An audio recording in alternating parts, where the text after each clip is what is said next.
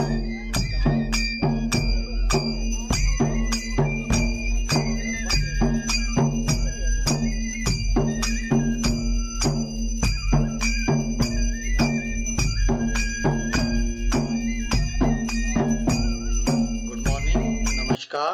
सत श्री अकाल ते आदाब।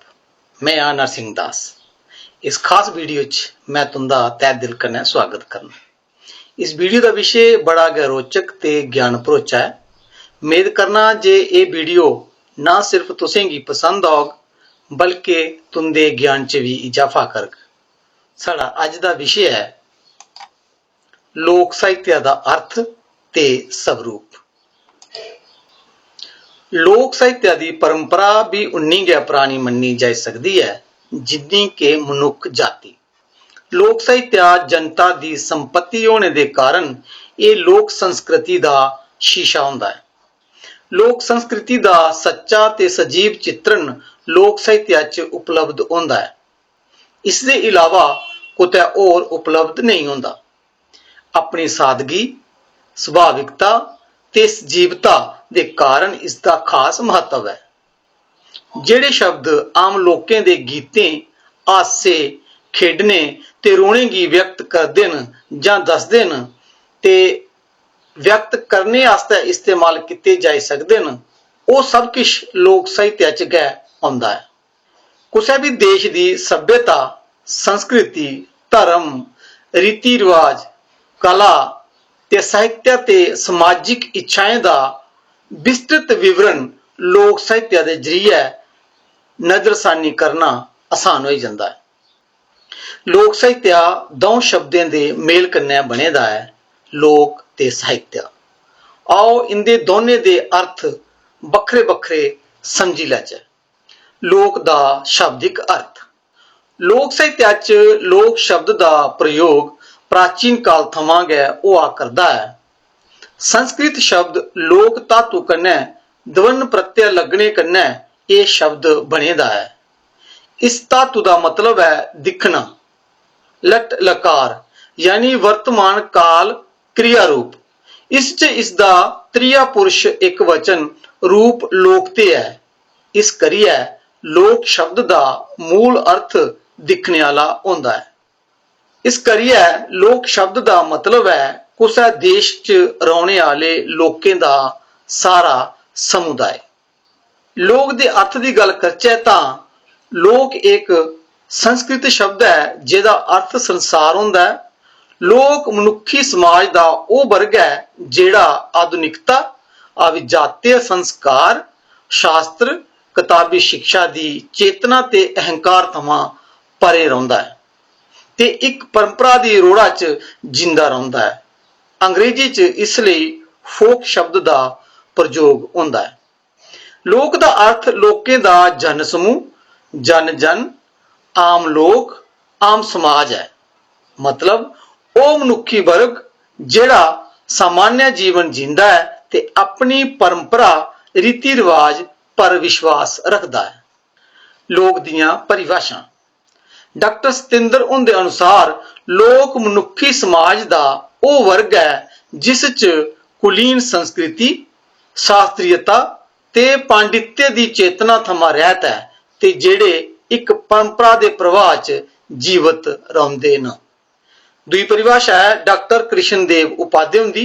वो लिखते हैं जेड़े लोग संस्कृत जां परिष्कृत वर्ग थमां प्रभावित नहीं न ते अपनी प्राचीन अवस्था च रहिंदे न, वो असली लोक न। साहित्य का अर्थ। साहित्य का मतलब है संस्कृत च वांग्मय। साहित्य शब्द संस्कृत शब्द साहित्य थमां बने दा है जिसका मतलब है कट्ठे जां समूह। साहित्य यत्र तत् साहित्य मतलब जिथे भी विचारें, भावनाएं ते ज्ञान का उचित संकलन होंदा है उत्थे गै साहित्य है। संक्षेप च साहित्य का शाब्दिक अर्थ है विचार, ज्ञान ते भावनाएं का एक संगठित रूप। साहित्य का अर्थ एक मकसद कन्नै लिखे गए जां बोले गए शब्द न। संस्कृत धातु सह थमां निकले दा ए जिहदा मतलब है साथ जां कन्नै। साहित्य का मतलब है विचारें, भावनाएं ते शब्दें का एक संगठित रूप। आओ हुण गल करचै ਸਾਹਿत्य दी परिभाषाएं दी। आचार्य महावीर प्रसाद द्विवेदी के अनुसार साहित्य ज्ञान भरोचे खजाने का नाम है। दूई परिभाषा राजशेखर हुंदी है, वो लिखते हैं साहित्य की विधा एक ऐसी विधा है जिस च शब्दें ते अर्थें का उचित संयोजन होंदा है। त्री परिभाषा पश्चिमी आलोचक हेनरी हडसन हुंदी है, वो लिखते हैं साहित्य मूल रूप च भाषा के माध्यम कन्नै जीवन की अभिव्यक्ति है। आओ हुण अस गल करचै लोक साहित्य के अर्थ की। लोक साहित्य का दायरा मानू के जन्म थमां मौत तक का संयुक्त सरमाया है। लोक साहित्य का विषय खेतर बड़ा बड़ा है ते लोक साहित्य करोड़ें अरबें लोकें च फैले दा है। लोक साहित्य एक शास्त्र है जिस च मते सारे शास्त्र ते विशाल इतिहास समाये दा है। लोकें आसेआ रचे दा ते उनके जीवन कन्नै जुड़े दा साहित्य गै लोक साहित्य खुआंदा है। यानी आम लोकें दी परंपराएं, तजुर्बे, भावनाएं ते जीवन शैली की दर्शाने वाला साहित्य लोक साहित्य खुआंदा है। नया साहित्य लिखित रूप कन्नै नहीं बल्कि मूंह जबानी पीढ़ी दर पीढ़ी चलता रहता है, जियां लोक गीत, लोक कथा, लोक गाथा, खुआन, मुहावरे, बुझारतां वगैरह। आओ हुण गल करचै लोक साहित्य की परिभाषाएं दी। लोक साहित्य की पक्की परिभाषा देना थोड़ा मुश्किल है कि जे लोक साहित्य जन भावना की सहज ते सुभाविक अभिव्यक्ति है। लोक साहित्य अलिखित है ते ये परंपरागत है, पर अज इस चाली दे लोक साहित्य की कोई कमी नहीं है। लोक साहित्य की परिभाषित करते हुए बख-बख विद्वानें समय समय पर अपने विचार व्यक्त किए दिन। किश विद्वानें दी परिभाषा इस चाली लभदियां। डॉक्टर दिनेश्वर प्रसाद हुंदे अनुसार ये लोकें दा समुदायिक मौखिक साहित्य है। डॉक्टर कुंदन लाल उत्प्रेती हुंदे अनुसार वो आखदे न लोक कथा ते लोक साहित्य आदिम मनुख दे मन दी प्रत्यक्ष ते सच्ची अभिव्यक्ति है। आओ हुण गल करचै लोक साहित्य दे स्वरूप दी। लोक साहित्य पूरे लोकें दे राग विराग, जनून, सुख दुख दी सादा, सुभाविक ते रोचक अभिव्यक्ति है। इस करी लोक साहित्य सर्वव्यापी है। यह गलाना अतिशोक्ति नहीं होग। लोक साहित्य जिन्ना देशव्यापी है उन्ना गै खेतरी है ते यह देशव्यापी होने थमां भी मता अंतरराष्ट्रीय है। यह पूरी मनुखी जाति की विरासत का सांझा रूप है। लक्ष्मण रेखा उपर राजनीति दुनिया की मते सारे मुल्कें च बंडने के बावजूद भी लोक साहित्य इस चाली की शुद्ध राजनीति की बंडने वाली रेखा की स्वीकार नहीं करता है। मनुखें की सांझा विरासत च ईश्वरीय एकता के रूप च मौजूद है। लोक साहित्य सुंदरम दे तत्व कन्नै भरोचेदा है। मनुखी सुभाऽ कन्नै सुंदरता कन्नै प्यार करदा है। हर चीज च सुंदरता दिखना उनका सुभाऽ है। सुंदर की स्वीकार करना ते एक रूप की नकारना उनके सुभाऽ की एक खासियत है। कुदरती ते सादगी सुंदरता दे गुण न। लोक साहित्य सुंदरम तत्व अर्थात सनाकड़े दिखने वाले तत्वें कन्नै गुत्थी गुत्थी भरे भरोचे दे ये हर गुणे गी ये हर कुसै गी प्यारा है। इस चाली लोक साहित्य एक फुल्लें दे गुलदस्ते दे समान है जिस च बख-बख किस्म दे फुल्लें गी रखिया जंदा है, जिस दी खुशबू पूरे लोकें गी खुश करदी है। पर यह कोई भी नहीं जानता जे इन्हें गी अराने वाला माली कौन है।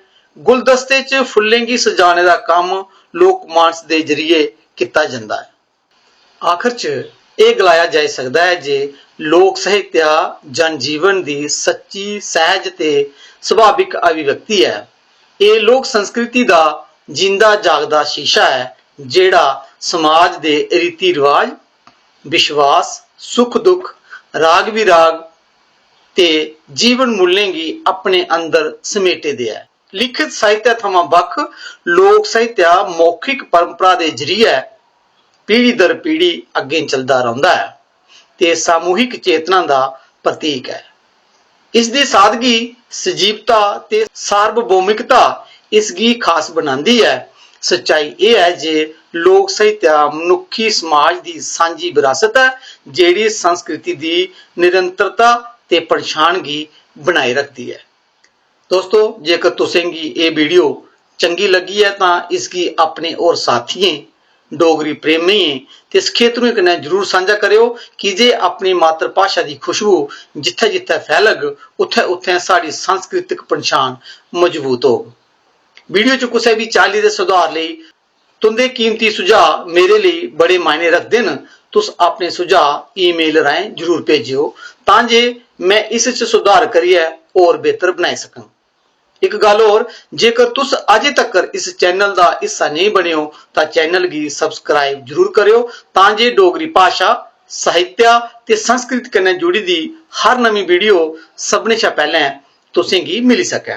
वीडियो दिखने लई, अपना कीमती समा देने लई, साढ़े कन्नै जुड़ने लई मता मता धन्नवाद। जय डुग्गर, जय डुग्गर।